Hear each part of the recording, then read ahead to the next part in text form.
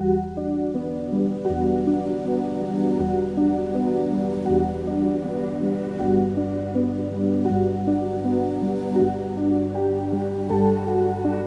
was still experiencing a lot of paranoia and mood swings and highs and lows and the incredible dependency on it.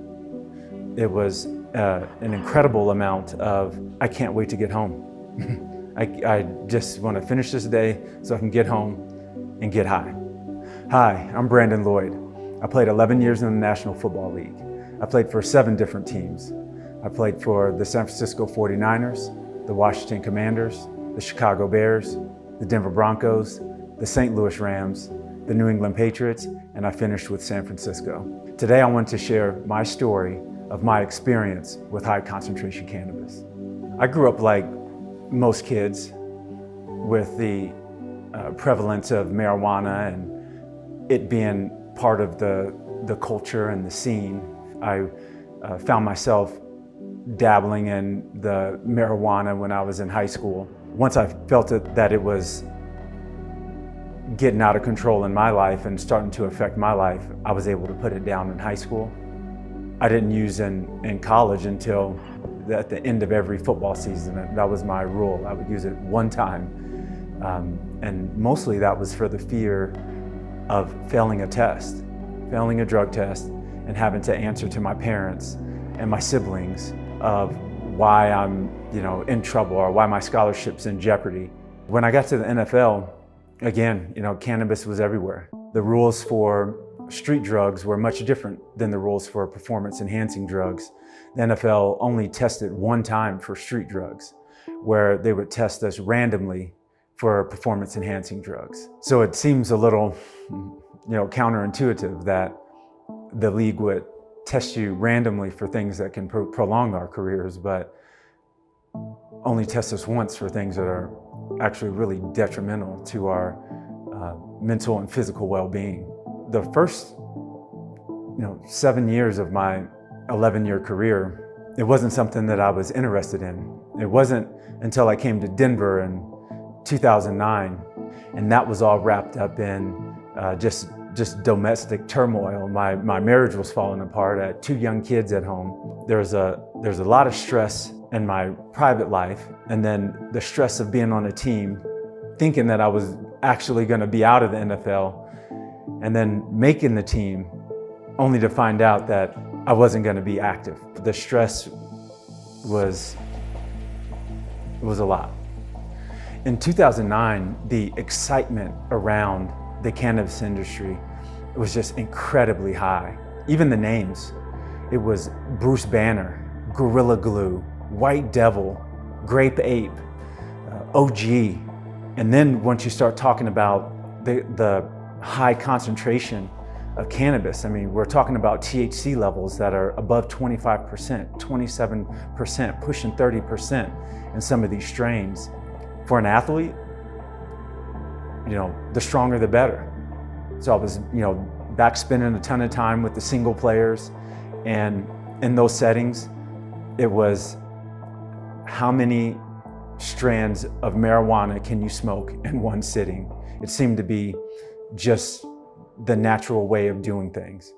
We would smoke 3 and 4 different high concentration cannabises in one setting. I would travel with it everywhere. I would get it in oil and experiment it with vaping. And I realized that when I was using the vape, it was really affecting my lungs. It only took 2 or 3 times where I was using it where I started to develop a cough, and I knew that this wasn't going to be helpful for me in my football career. So I stopped using that. I was able to stop using the marijuana, when that test would come around. But, we were alerted weeks and months in advance of this street drug test. This is what happens on every NFL team. The trainer comes in and addresses the team and says which position groups are going to be tested in which months and which weeks of each month. And so we knew when to prepare for the test. And so it usually meant we need to give 4 weeks off of whatever we're doing. We need to drink a bunch of water, and we need to keep up our exercise. But the main thing is put the weed down. And all that meant was picking up more alcohol and picking up more tobacco. When I retired from the NFL, it really just spiked my anxiety and paranoia, and it was just no longer a fit for me. And so it was just balancing the way that I felt without the stress of football, but also with the loss of football. When people ask me, what's the best part of playing in the NFL, I always say it's the access. It was the most successful individuals, the politicians, the CEOs, the actors, the actresses, the artists, the sheiks, and then to have that all of a sudden be out of my life, it was a traumatic experience. So it was normal for me to say that this coping mechanism worked for me as an NFL player, then it should work for me as a retired NFL player. And boy, was I wrong. Post NFL, I had a on and off relationship with cannabis. I was able to stop when I had an important job in medical device sales, let's say, and be off of it for 2 years. But as soon as the pandemic hit and the elective procedures went down, I was like, all right, I can start it back up.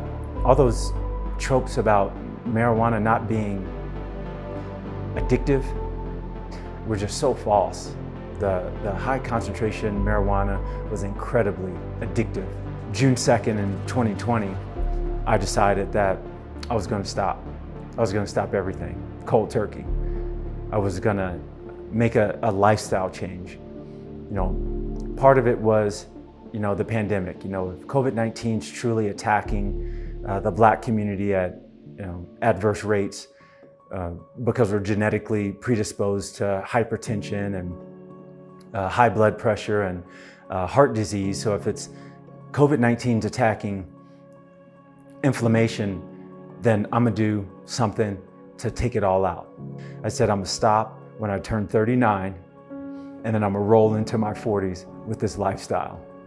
And so on June 2nd, 2020, I cut everything out. And I was like, with the caffeine, maybe I didn't really need all that caffeine. Maybe I just needed something hot to drink.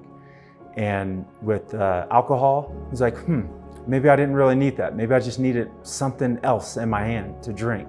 My mantra during the pandemic was, one, I need vigorous exercise to cope with all that's going on, because it knocks the edge off. For me, that's what I was looking for when I was playing in the NFL. I needed a drink to knock the edge off, or I needed to smoke some weed to get me in a better mood. My second mantra was to use the new forms of communication to reach out to friends. What I found that it was my most close advisors who didn't like having conversations on the phone, where I had to fly to Chicago or drive up to Steamboat or go out to San Francisco to get a couple hours of their time for career and life advice, that all of a sudden they were like, let's have a Zoom.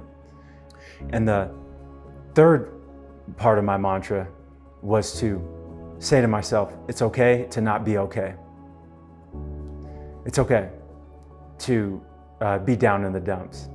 It's okay to be worried. It's okay to be scared. But when that happens, I needed to refer back to number one. I need to start back over. And so the coping mechanisms just built from there. So it was sprinting on the treadmill. During the pandemic, it was giving me runner's high. This was the high that I was looking for when I was smoking weed. It tapped right into that.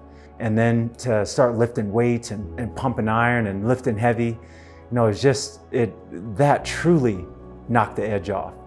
And then all the mechanisms that come along with weight training, because my muscles were sore. And so I need to take Epsom salt soaking baths, and I was using the Theragun and using the foam roller and stretching and doing yoga. And so all these coping mechanisms started to really unearth themselves and come into my life in a way where I just never really thought to use them in that way. The health results I was getting, the energy boost that I was having, the long sustained energy boost, the mood changing that happened, it was nothing but positives. It was nothing but positives. Getting out in nature and going on long hikes and the sense of accomplishment, starting at a trailhead and ending at the top of a 14er, and then seeing those views.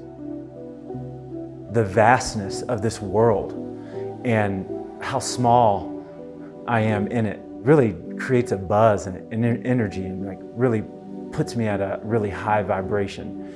My advice for anyone that's dealing with high concentration cannabis abuse: stick to my mantra. 1, vigorous exercise. 2, communicate with supportive friends. And 3, acknowledge that it's okay not to be okay, but you also have to have an agreement with yourself to start back over at number 1. Always remember that. Once you break through to the other side of the addiction of high concentration cannabis, you'll see that there's way better highs out there. There's way better uses of your time out there, and there's way better connection with friends, with family, with just actually being present, being where your feet are. Being off high concentration cannabis, there's more positives than there are negatives. And I look forward to continuing to share my story, and I wish you all the best.